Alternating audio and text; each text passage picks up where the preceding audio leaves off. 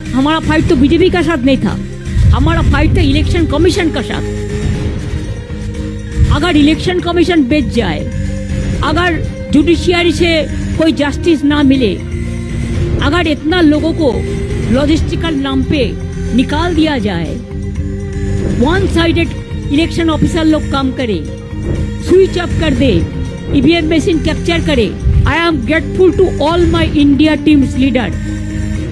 Sonia ji rang up me, Rahul Gandhi rang up me, Arvind Kejriwal, Uddhav Thackeray, Akhilesh Yadav, Tejaswi, Hemant Soren Yadav, Jharkhand Chief Minister, all the allies of United India Alliance, Indian Alliance, they said we are totally absolutely with you.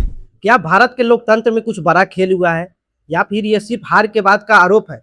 Waste Bengal जहां से एक shocking political तूफान उठा है, एक तरफ सत्ता है, दूसरी तरफ आरोप और बीच में लोकतंत्र। वेस्ट बंगाल के चुनाव के परिणाम ने सबको हिला दिया है। Bharatiya Janata party 200 plus seat, all India Trinamool Congress party भारी गिरावट, 3 बार की सत्ता और अचानक इतना बड़ा झटका। लेकिन कहानी यही खत्म नहीं होती। ममता बनर्जी ने साफ कह दिया है कि मैं रिजाइन नहीं करूंगी। उन्होंने आरोप लगाया है कि वोट लूटे गए हैं, चुनावी प्रक्रिया में धांधली हुई थी। It's an immoral victory, not moral victory. Immorally, whatever election commission has done with the central forces and prime minister and home minister, it is totally look. ये लोकतंत्र का डार्क चैप्टर है। अब सवाल उठता है, अगर सीएम हार मानने से इनकार कर दे तो क्या होगा? हेमंता बिस्वा शर्मा ने सीधा कह दिया है कि अगर रिजाइन नहीं करेगी तो उसे डिसमिस किया जाएगा। रिजाइन नहीं करेगा तो उनको डिसमिस कर दिया जाएगा।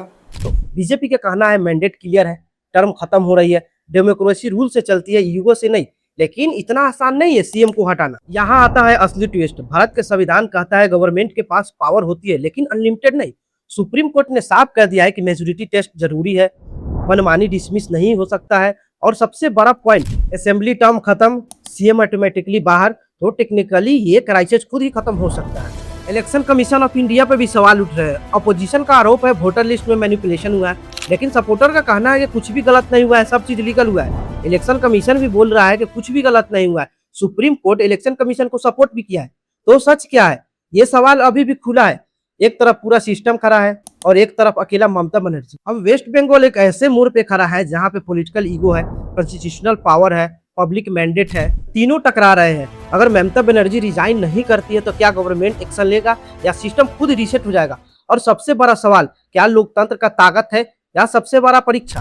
आप क्या सोचते हैं? क्या यह जीत जेन्युइन है या सच में खेला हुआ है? कमेंट जरूर करना। डाटा क्या कहता है ध्यान से देखो। एसआईआर के दौरान लगभग 90 लाख वोटरों का नाम लिस्ट से हटा दिया गया और दूसरी तरफ बंगाल में बीजेपी के 206 सीट मिला है और इन सीटों का पूरा टोटल अगर जीत का मार्जिन देखा जाए तो 68,55,331 वोट है। अब simple calculation, 90 lakh voter remove हुए और जीत का टोटल मार्जिन 68 लाख के आसपास है। क्या ये कोइंसिडेंट है या इसका डायरेक्ट इम्पैक्ट इस इलेक्शन पे पड़ा है? और पैटर्न और भी क्लियर होता है, जहां बीजेपी पहले जीती थी वहां पे लगभग 2,35,000 वोटर्स है, वहां पे सिर्फ इस एसआईआर के दौरान 18,000 वोटरों का नाम डिलीट हुआ है। वही जहां पे टीएमसी पहले जीती थी वहां पे 1 लाख वोटर थी, वहां पे 65,000 लोगों का डिलीट हो गया है इस एसआईआर में। तो अब सोचो, एक न्यूट्रल एल्गोरिदम कैसे कुछ जगह एक ही समुदाय के लोगों का 97% वोटर को काट देता है। सवाल ये नहीं है कि कौन जीता है, सवाल ये है कि जीत कैसे हुई है। राहुल गांधी ने पहले ही बताया था कि एसआईआर के दौरान गड़बड़ी हो रही है। राहुल गांधी ने ममता बनर्जी को इन्फॉर्म भी किया था कि अगर इस पे रोक नहीं लगाया गया, इस चीजों को नहीं देखा गया, तो ममता बनर्जी टीएमसी बीजेपी का मुकाबला कभी भी नहीं कर सकती है। बट ममता बनर्जी उस समय इस राहुल गांधी के बातों को इग्नोर किया, बोला कि ऐसा कुछ नहीं हो रहा है, सब चीज सही हो रहा है। और जब इलेक्शन चालू हुआ है तो उस समय यही क्लियर आया है। आज इसी को लेकर, इसी चीजों पर ध्यान नहीं दी ममता बनर्जी, आज इस चीजों के लिए रो रही है। तो क्या ममता बनर्जी अब सीएम के सीट से इस्तीफा नहीं देगी या फिर उनको इस्तीफा देना होगा? इसमें क्या लोकतंत्र की जीत होता है या लोकतंत्र की हार? आप सच सच बताना कमेंट में। क्या बीजेपी कुछ ऐसा गेम खेला है बंगाल इलेक्शन में या फिर नहीं खेला है? बंगाल में क्या यह सिस्टम का जीत हुआ है या फिर जनता का जीत हुआ है? बंगाल के जनता ने बीजेपी को चूज किया है या फिर बीजेपी ने खुद सिस्टम को पूरा अपने कंट्रोल में करके वहां पे अपना सरकार बना लिया है? आप अपना ओपिनियन इस कमेंट बॉक्स में देना। अगर वीडियो अच्छा लगे तो वीडियो को लाइक कर देना, चैनल को सब्सक्राइब कर देना। जब तक के लिए जय हिंद। किसी नए टॉपिक के साथ मिलते हैं।